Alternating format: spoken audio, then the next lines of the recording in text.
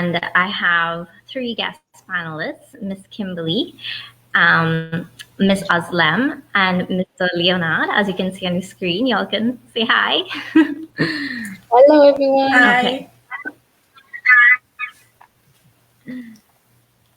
Okay, so I am the host, Ms. Emily Anna Bachan. I'm going to give you a little bit about me if you don't know me. So I am a final year student doing my special in psychology.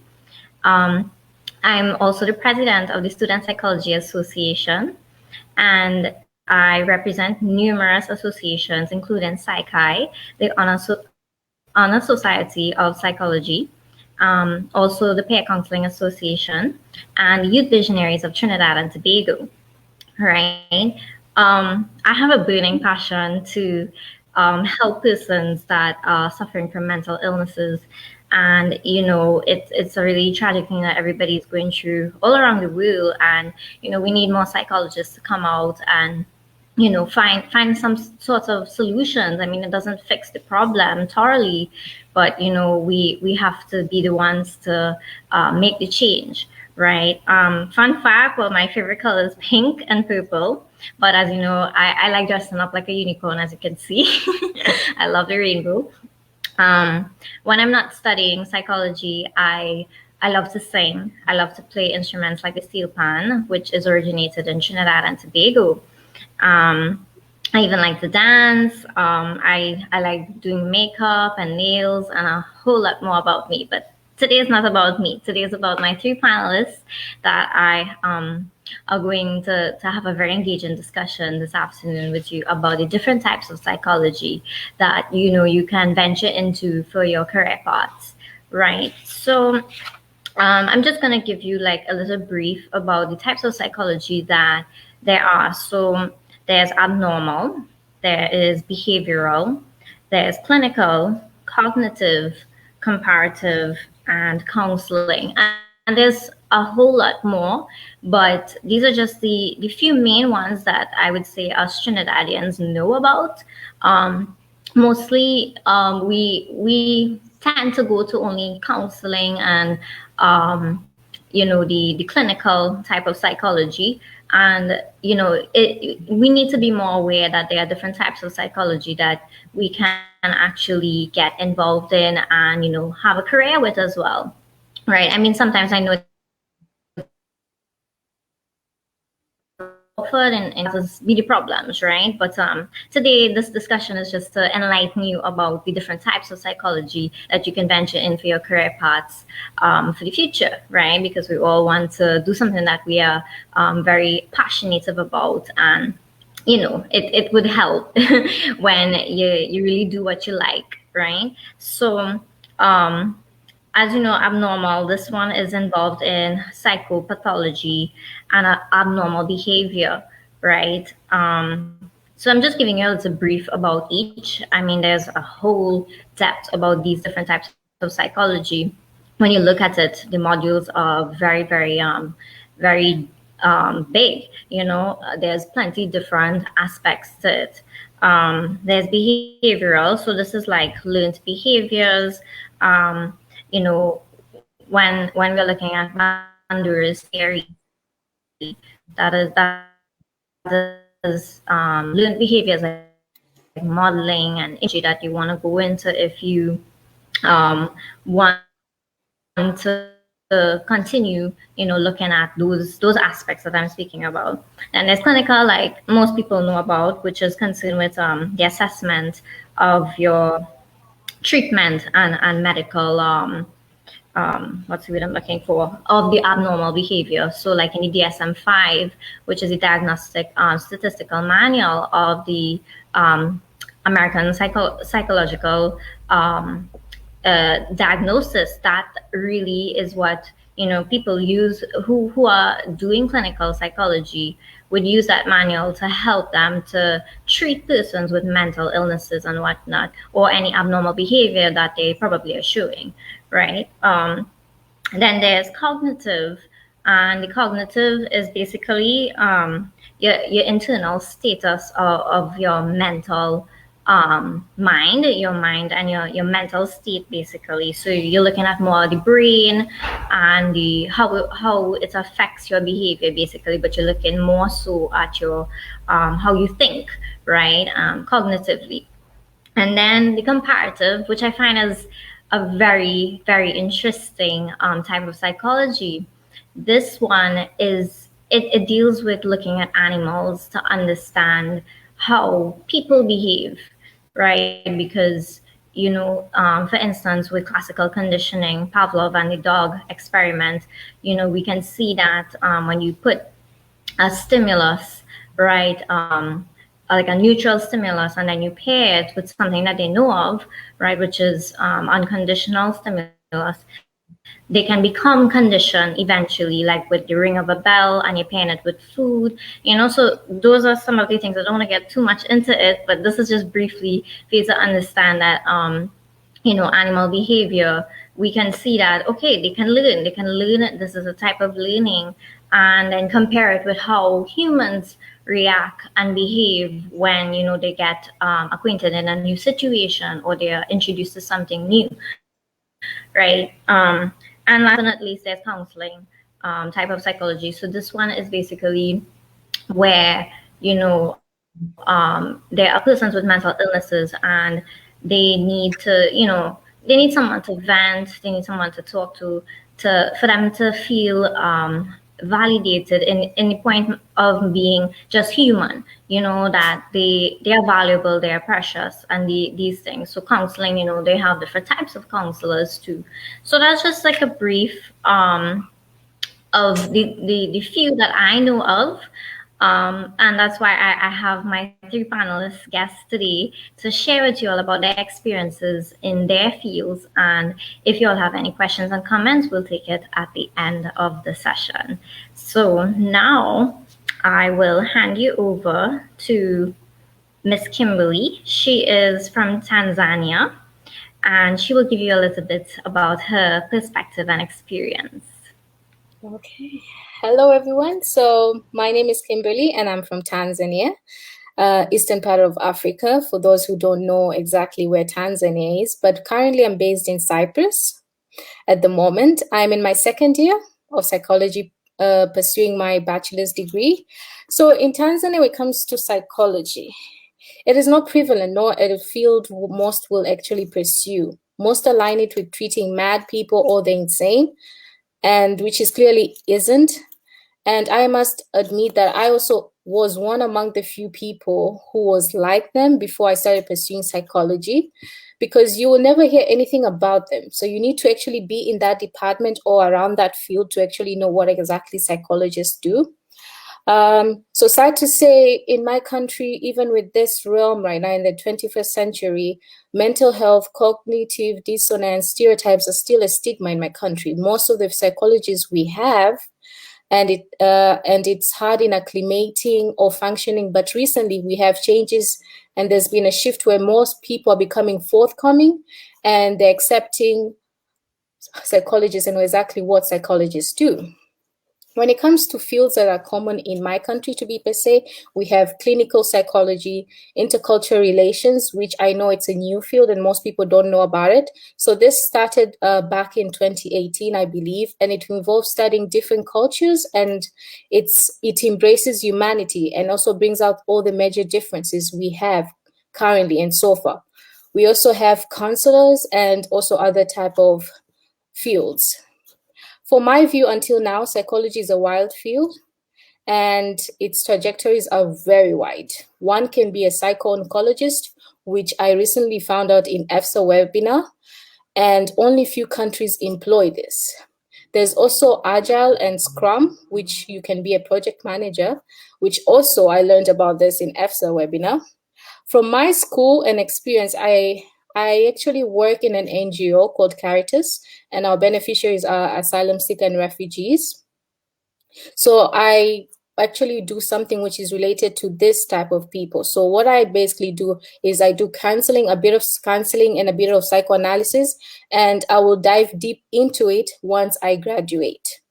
And what I've noticed is with psychology, you can basically be anywhere. You can do anything, because when it comes to EFPSA, and when I joined EFPSA, I'm actually currently a content reviewer in EFPSA, and I'm doing something that I never thought I could actually do. And we have psychology students and graduates who are working in different fields and different sectors of the organization. So that gives you a wide spectrum of exactly what we can do and what we can become. So there's not really a specific trajectory where you can actually go or where you can actually attain, but I feel like you have this wide spectrum and you can choose exactly what you want to do. I'll talk about mediation. So mediation, it's not really common in many countries, but it's common in Cyprus, and we actually receive some training of it in school.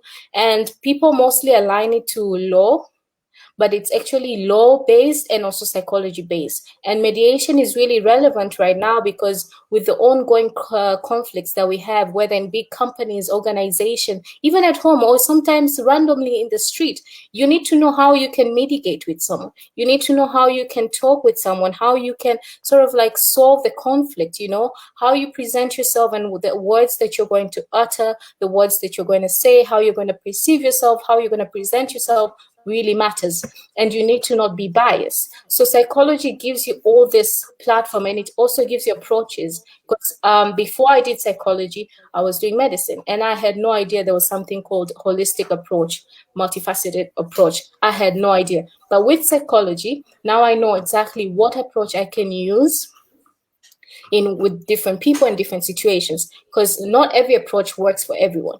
Even for me, there's some approaches they don't really work for me, and I have to align myself according to what I see best and what fits. To answer another question is how I get into what I'm doing right now, and an advice that I'll give to every psychology student out there, because I come from a place where psychology, mental health, and everything catering around it is still a stigma. So when I moved to Cyprus, which is in the EU, I told myself I have to challenge myself. I have to leave and I have to disregard all the social stigma and the social norms that I came with from my country. So what I did is I had to look for organizations that stand with psychology. I had to survey. I had to look at places where I could gain so much knowledge, and EFPSA was one of them. You get it? And also where I volunteer. So I'm trying my best. I'm telling people that you need to be forthcoming when it comes to Googling, surveying what things you can do, because most of the things that I know right now, I had no clue, no idea, and even the people back home don't really know exactly what's happening. You get it? But it's you taking the motivation and the initiative to go around. And I am grateful for EFPSA because I have gained so much connection. I have gained so much. I have gained so much about psychology that I didn't even know. Like when I talked about Agile and Scrum, I had no idea what exactly that meant, and I had no idea it even existed. And especially like psycho-oncology, I had no idea the things like this that existed. So it represented and it gave me a picture of what exactly psychology is and what exactly I can do. And this is something that people need to know, that you can do anything and you can become anything. It doesn't have to be the same thing that everyone is doing, which is clinical psychology or counseling. You can actually divert and go somewhere else. Like, for example, me who's working with asylum seekers and refugees, and that is something which you can do. So anybody can be anything. And right now we all know about the COVID-19 situation where everything is gone online. There's also applications where you can have mental health, which I also knew from EFPSA. So there's so many things you can actually discover if you just join yourself in organizations or communities and look around and search. And that's it. Thank you so much, Kimberly. Oh my God, that really is so nice to hear from you. Wow, it's really intriguing to know that, you know, you're in a whole different country, and for you to have that same sentiment that I'm speaking about, that, you know, yeah, it's not just about that one little piece of psychology that you know, most people want to go into. There's so much more that you can do with psychology, right? So up next, I want to warmly welcome Miss Ozlem. She has received her PhD in clinical psychology that we've been talking about, but she's currently working in Serena, a company developing artificial intelligence, a digital therapy service for treating psychological disorders. So I want to warmly welcome you. The floor is yours. Hi, everyone. Thank you so much for organizing this, first of all. And it was very inspiring to listen to Emily and Kimberly and your experience. Well, I think what I'm going to talk about is very clear. So I will be talking about e-mental health within a clinical psychology field. But a bit about myself, like Emily said, I'm based in the Netherlands and have finished my PhD degree in clinical psychology. So I'm much more aware of the developments in clinical psychology in Europe. Can you hear me clearly? Yes. Yes, we're hearing you, Han. Okay, yes. So back in 2012, so I was exchanging emails with professors for PhD positions, and I want to do my PhD in clinical psychology. And so I was looking into Netherlands because I knew that actually through EFPSA, because I was involved in EFPSA like Kimberly back then, I knew that Netherlands is a good record in research, and I want to do the research. So I exchanged emails with this professor, so in suicidology field, and so he mentioned about this e-health intervention that he developed with his PhD students for managing suicidal thoughts. And he asked if I would be interested in translating this intervention for Turkish-speaking migrant populations and test whether it works or not. And back then, it was for the first time that I heard of e-health, e-mental health, online therapy, digital interventions. And I was fascinated with this idea. And I moved to Netherlands. Back then I was living in the UK. I packed my stuff, moved to Netherlands, and I started this PhD. And so my PhD was about adapting this existing e-health intervention for managing suicidal thoughts according to Turkish-speaking migrants living in the UK and in the Netherlands. And I tested whether this was a feasible intervention and it was effective in treating suicidal thoughts. So I want to talk a little bit about e-health interventions, since Kimberly mentioned, so what they are and so how they work within clinical psychology field a little bit, to give you an idea. So e-health interventions, digital therapies, they are delivered through computers, mobile phones, or tablets, and have been introduced to mental health services relatively recently. So in addition to or alternative for face-to-face service delivery.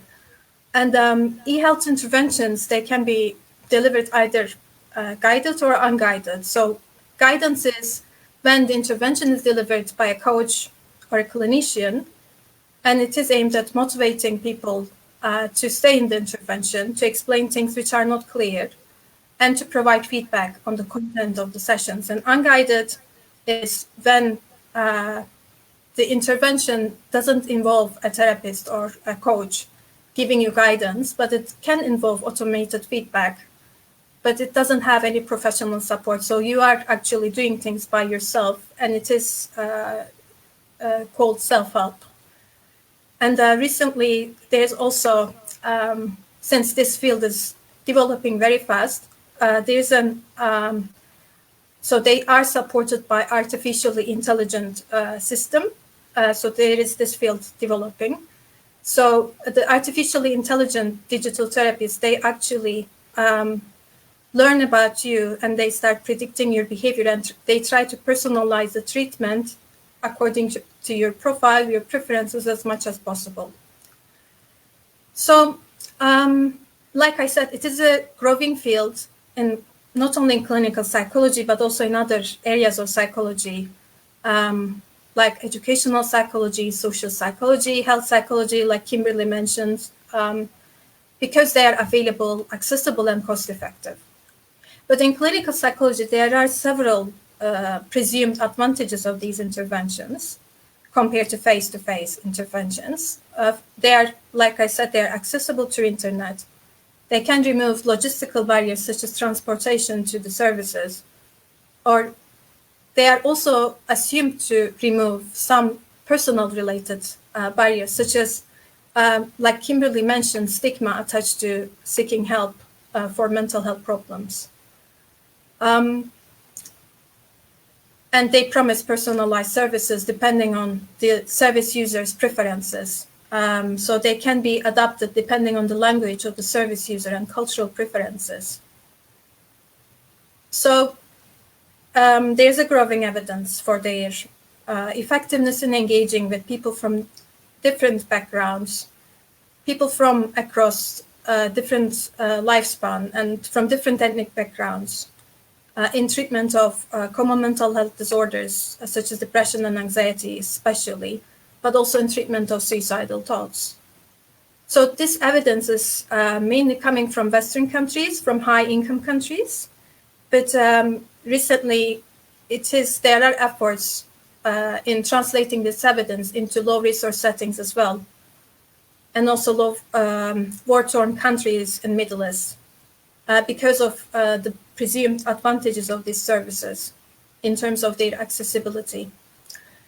And like also Emily mentioned in the beginning, so with the outbreak of the COVID-19 pandemic, it is expected that there will be increasing demands for mental health services, and there will be economic recession following the pandemic. So in order to deal with this increasing demand for mental health care, it is so the e-mental health interventions, they seem promising to fill this gap and to provide services to everyone who is needed. And it seems like they will be becoming important and part of our lives also in the foreseeable future. Yes, this is so far what I wanted to mention about this e-mental health within clinical psychology field.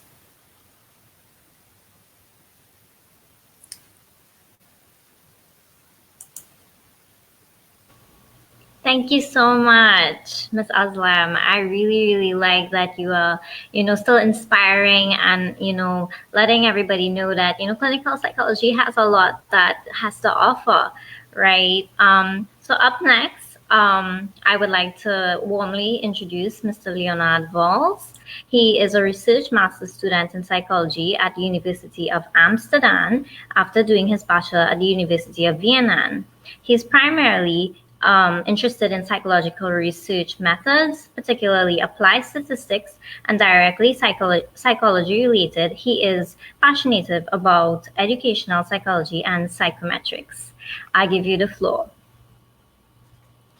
Yeah, so that's basically the short introduction for me. I think that's kind of the most important things. My area of psychology is mainly the research side, and very much even a step further in how do we actually do psychological research? How do we find out things about the psyche of people?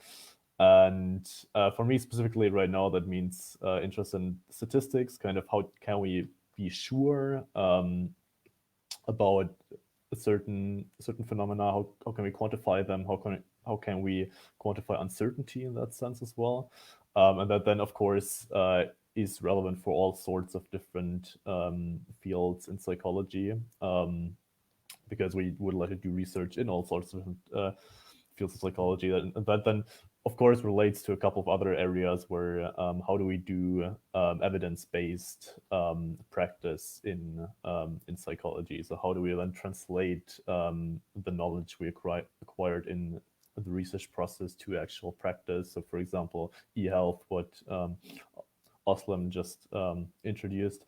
That's kind of what I'm currently mainly concerned with. I think but to touch on what Kimberly said before primarily as well, I think the classical picture of psychology still is very much the idea of psychotherapy, kind of being concerned with mental health or mental issues primarily, but at least for me, like psychology encompasses everything that humans interact with, humans do, that is related to humans in general, which more or less is everything in our society. So that also echoes Kimberly's sentiment, where with psychology you can basically do everything, work in every field to some sense.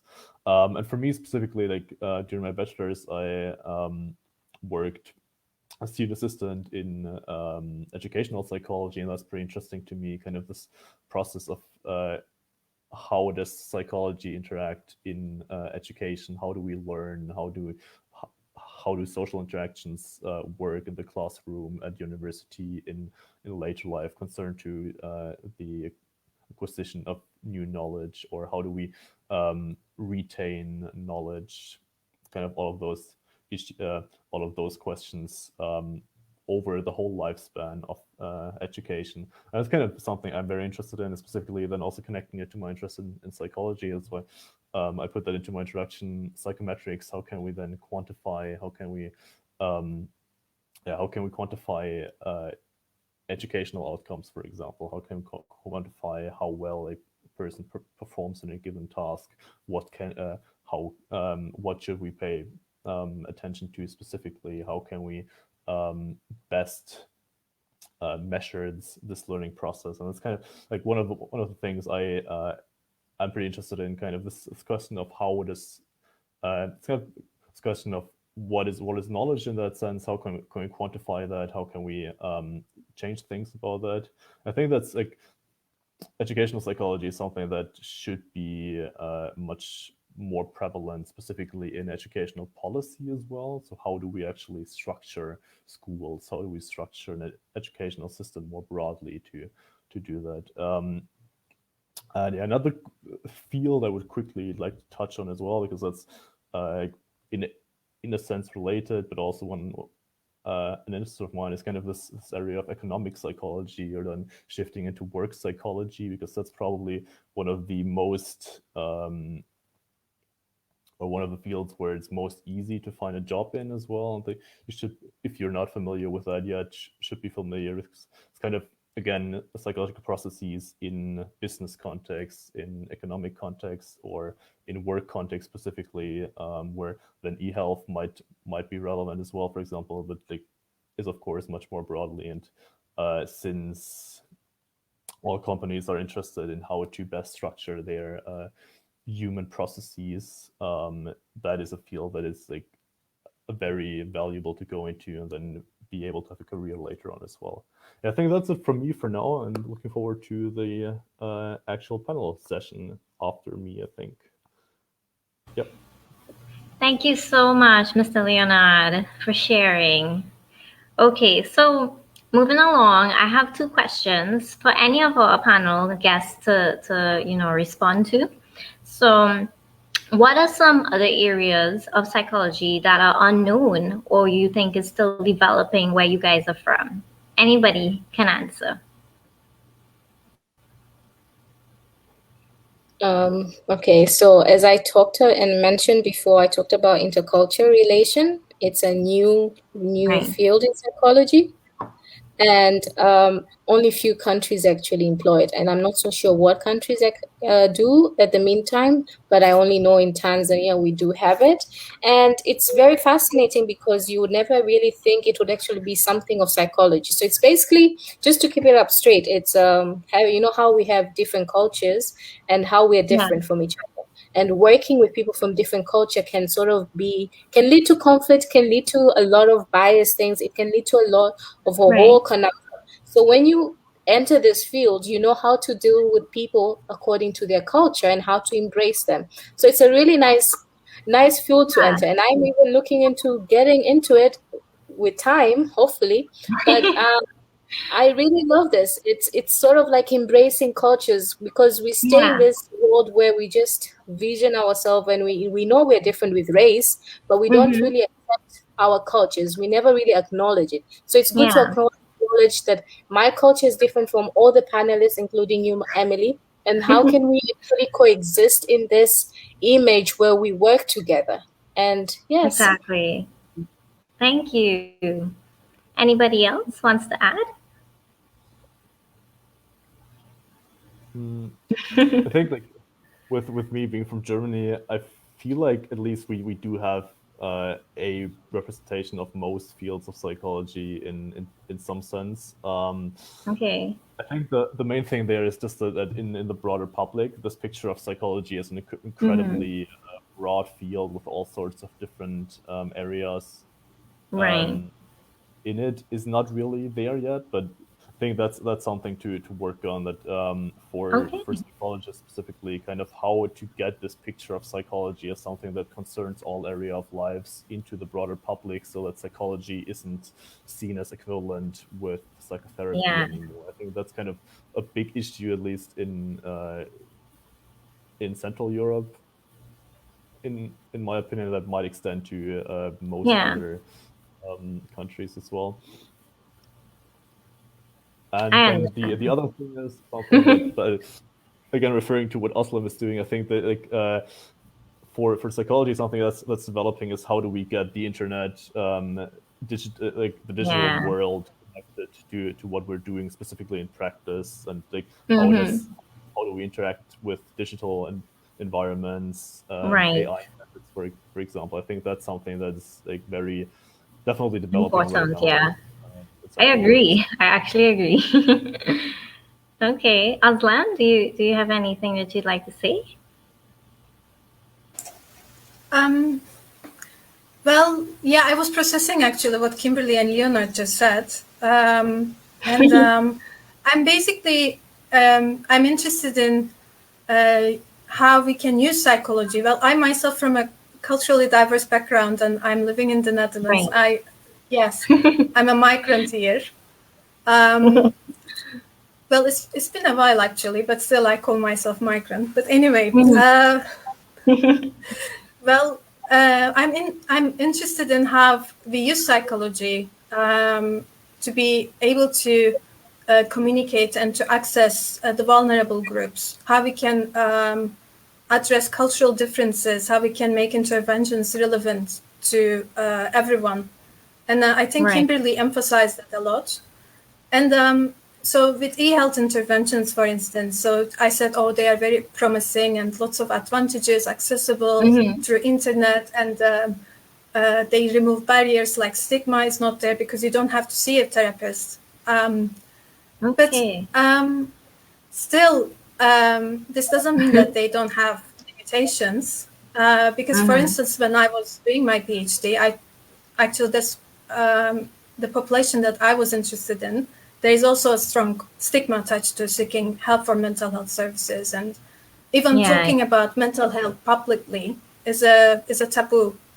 Yes. And I thought this e-health intervention, okay, it could remove those barriers, but it was still difficult to engage with people. Still, I mean, they didn't need to see a therapist, but still the stigma was there because people didn't consider, oh, e-health, but I mean, could it help me? Of course, we are moving towards digitalization and everything is becoming digital. So maybe we are getting used to more hearing about digital interventions, e-health.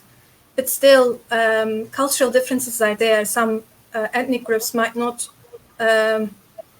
accept it immediately. So we should do more groundwork. We should understand what people expect, how we can make this relevant to people's expectations, preferences. So I'm passionate about this personally. I think it's because of my background that I'm aware of cultural differences, and so what people can expect from help in terms of help. What do they mean by help? So not only text itself, but also visuals. Like Emily, I know your artistic side is very strong, I think. So recently I started developing an interest in visual psychology more. So how we use images, pictures to communicate with people. How do we use them therapeutically? Like the Instagram stories people share. We know that from stories we can understand a lot about whether someone is depressed, isolated, or that's feeling quite happy. Yes. So I'm recently developed an interest in interventions that we could do through Instagram and through social media, but also using more visual psychology to understand and to reach people. Yeah. Wow, that's very, very interesting. And I think that's really cool because I don't know if this is a thing, but y'all could tell me. I was actually interested in something called like music therapy, where you can use that to help persons, keep calm, persons that have anxiety and all these things. So, I mean, it's really a lot of intervention, like you say, that we are still evolving, as psychology students and generations to come. And I mean, it's good. It's good that we can talk about it and, get it somewhere, get it out there, and start working on it as well. So, well, one last question, but it already kind of ties into what we was talking about, is to explain what type of career paths you think would be available to individuals with regards to those kind of psychology fields, like what kind of careers they can get out of it, besides being like academia, like if they want to actually become, a type of psychologist or something. Anyone can go. I believe, apart from academia, I believe there's so many fields of psychology that one can pursue. And this is really one of those tough questions. Exactly. It depends on where you are, the culture you're coming from, the people around you, and what exactly you vision for the future. So this is not something that has a straight line. It's sort of like it's wide, and it's up to you to pinpoint. Because what I'm doing basically right now is looking at different things and trying to see what fits. I don't want to be in a situation where I'm like, okay, this is what I want to be, and then end up not liking it.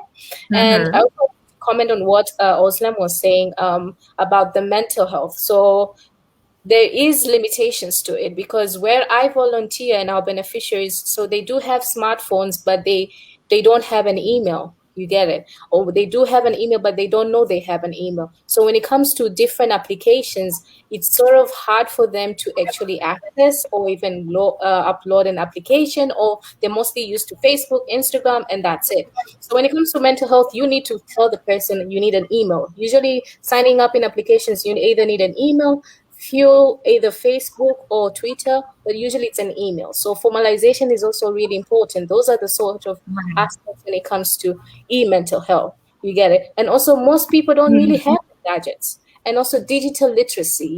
We just shifted abruptly right now, and now we're all digitalization, but not everyone. I am a technophobic person, but I am forced to sit online and listen to my class. I can't even do most of the stuff, but I'm learning. You get it? So I'm forced. It's not because I want to, but I have to. But so you have to live with a community. There's mental stigma, there is social norms, and now you're forcing them to do something they're not ready to do. You get it? And I remember right now, because of the COVID situation, our beneficiaries had to move to online English teaching and Greek teaching classes. And they didn't want that. You get it? Despite having phones, they wanted it to be face-to-face, because that's what they're used to. Wi-Fi problem and all this other problem. You get it? That's the problem.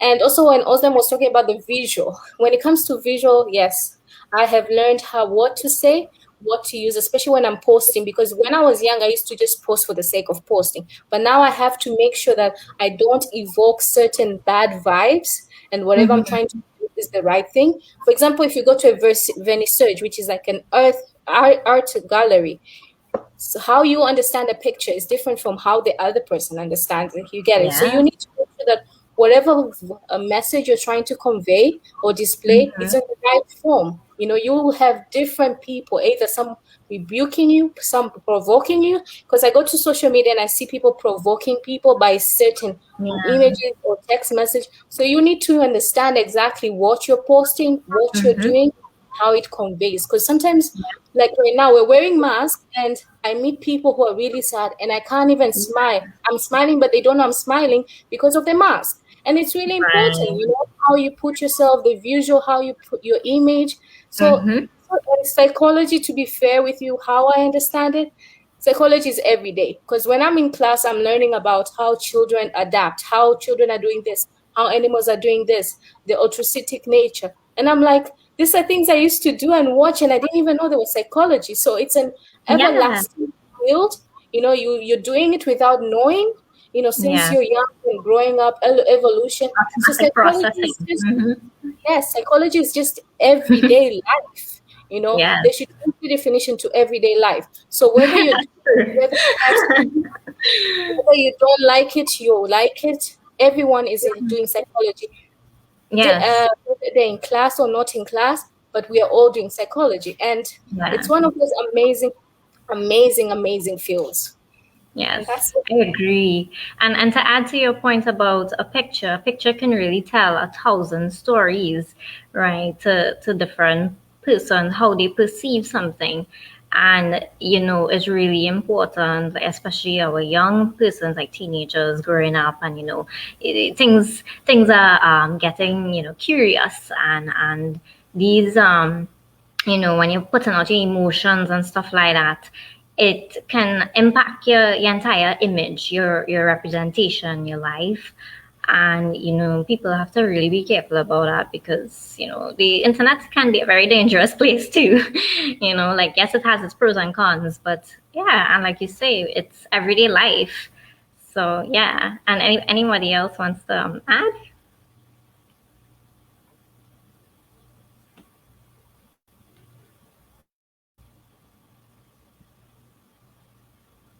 Well, because it's everyday life, it's part of our life every day.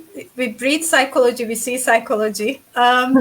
So, of course, the career options are endless, I think limitless. You can study psychology, you can go to a communication science field, and you can, you can become a language expert, or you can move to business because you understand psychology behind psychology of people. Then you can be a great businessman, I think.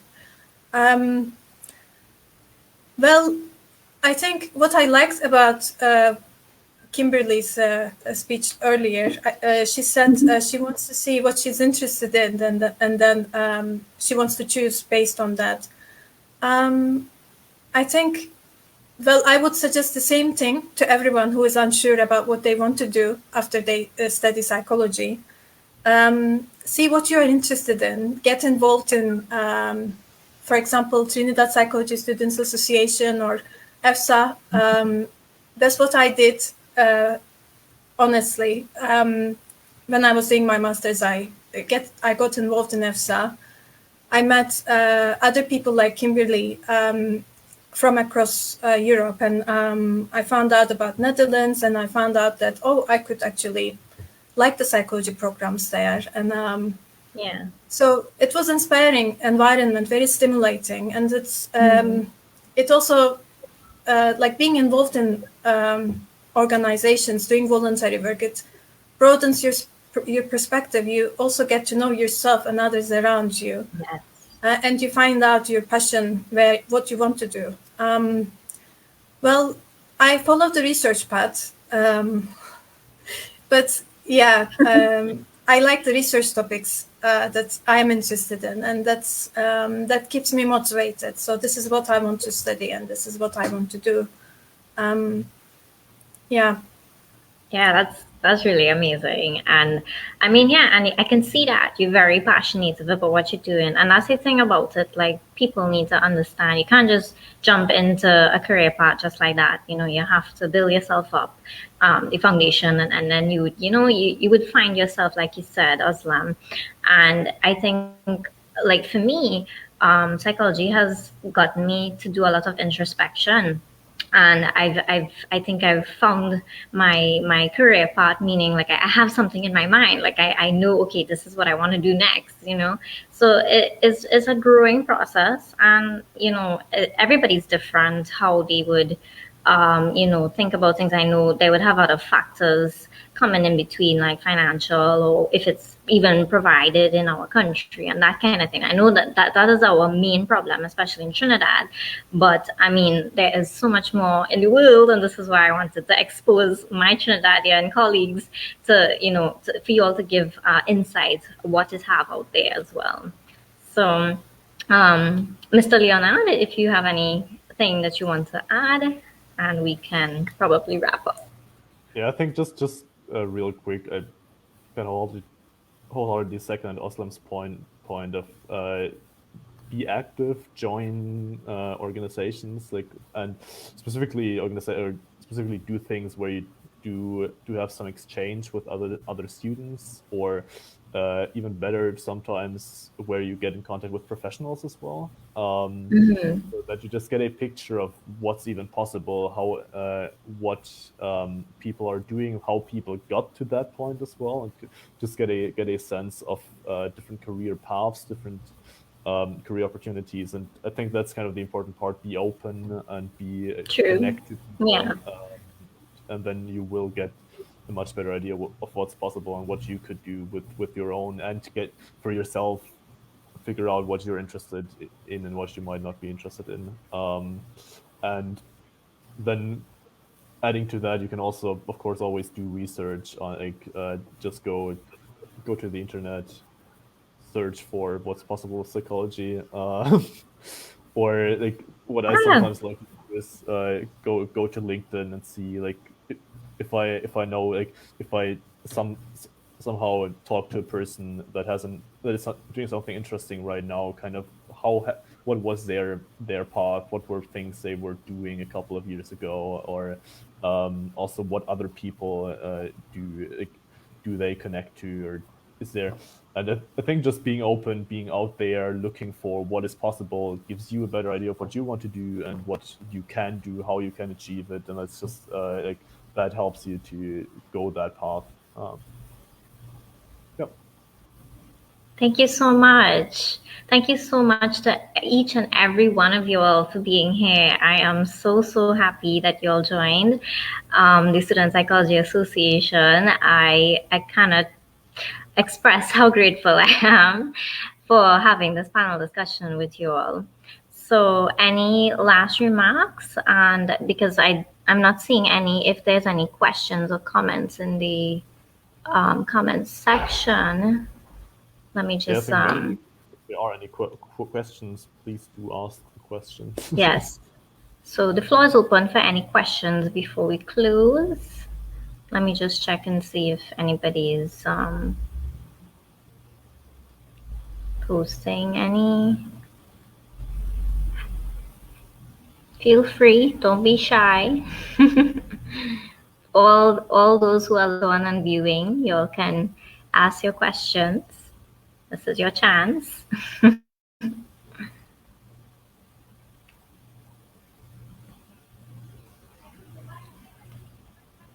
And if you don't want to post it right away and you want to think about it, feel free to always post the comments after we end the live, on the live itself, and I can get back to you guys with an answer if there's any burning questions that you would like to ask them with respect to their experience and everything that they have shared today. So I'm not seeing anybody posting any questions.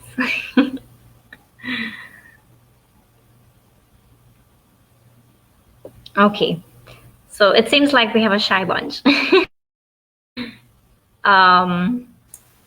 Okay, so I guess we can end and wrap up now. Thank you so much once again for joining the European Federation of Psychology Students Association. I appreciate it very much. And maybe some other time we can always collaborate and continue this conversation. And yeah, I hope everyone stays safe during this time, during the pandemic, because I know it's really bad with having to stay indoors and not being able to socialize how we used to. But at least we get to virtually connect with everyone, and You know, we are far, miles and miles apart. I'm in Trinidad. You're all from Tanzania, Netherlands, and Germany, you're saying. So it's amazing that technology can bring us together like this. And yeah, so thank you so much. So now we're going to wrap up and close. So bye, everyone. Thank you so much for hosting us. Bye. Thank you for having us. Bye-bye. Yes, bye. Yep, thanks very much. And good luck with your careers in the future in psychology. Second to Leonhard.